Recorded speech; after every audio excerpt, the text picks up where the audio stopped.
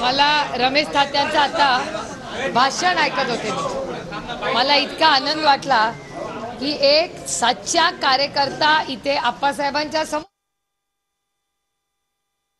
होता की मला भाषण करायचंय.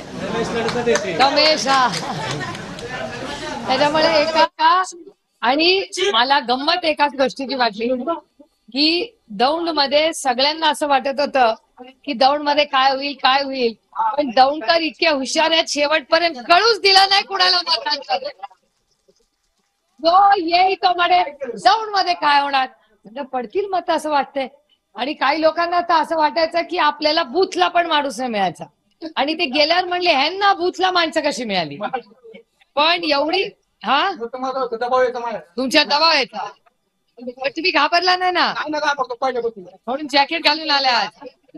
पहिल्यापासून नाही घाबरलो, मग माझा होतो आता चांगला माहिती.